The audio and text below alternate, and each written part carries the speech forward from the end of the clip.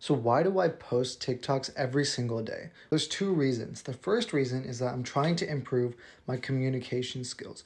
We all know communication is important. It's going to help you no matter what you're going to do in life. I truly believe that if you want to get better at something, you should work on it every single day.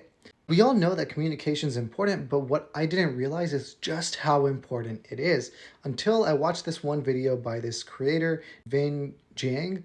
He's a communications coach. And basically, the idea was that you can have 10 out of 10 technical skill. But if you only have 3 out of 10 communication skills, what are people going to think you are? They're going to think that you're the 3 out of 10 technical person and you're not going to get hired and you're not going to be able to get anywhere in life.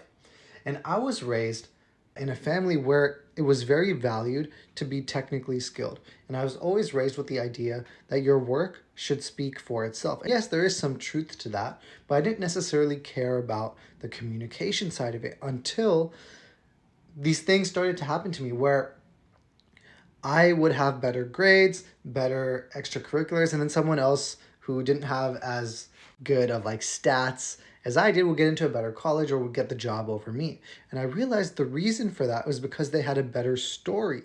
They were better communicators.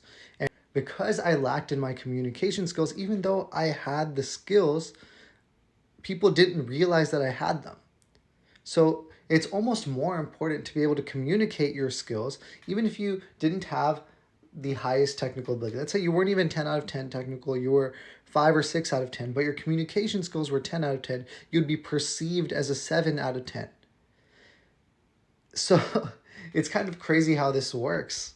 The second reason is because those videos of those time lapses where someone takes a picture of themselves every single day over like many years, and you can see like how they have drastically changed. Their hair changes, their facial hair changes, they're growing up.